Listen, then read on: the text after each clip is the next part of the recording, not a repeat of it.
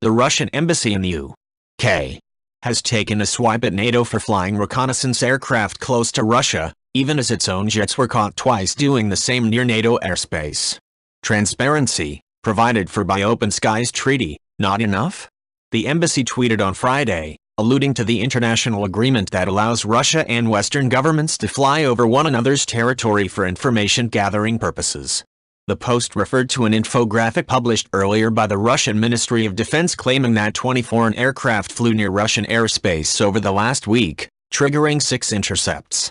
The ministry did not mention where the incidents took place, whether the flights were manned or by drones, nor what country any of them belonged to, be it NATO or non-aligned powers.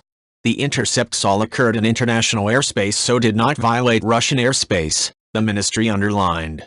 The Russian embassy or Ministry of Defense did not immediately respond to Newsweek's request for clarification about the nature of the 20 flights. Russia intercepted a U.S.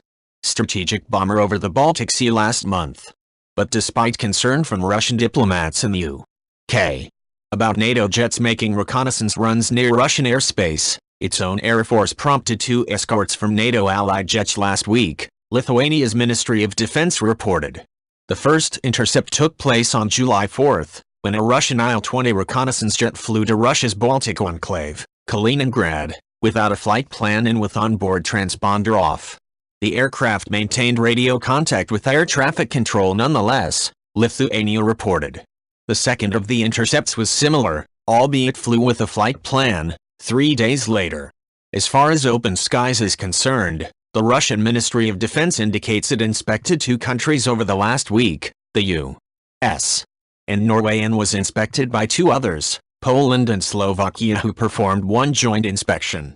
Speaking to Newsweek, a press representative of the Russian embassy defended the remarks, saying that its own military flights to Kaliningrad were a necessity, not luxury, unlike what is done by NATO. "We mind our legitimate business," the spokesperson added.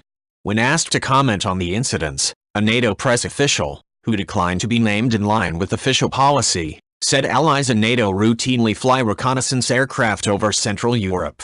"This is done in a safe and professional manner and in accordance with international law," he says. Tensions between NATO and Russia, particularly in the Baltic region, has heightened since Russia's annexation of Crimea from Ukraine in 2014.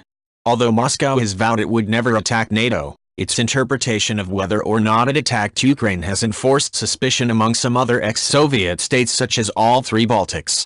Over the last years, we have seen a significant increase in Russian air activity close to the alliance's borders.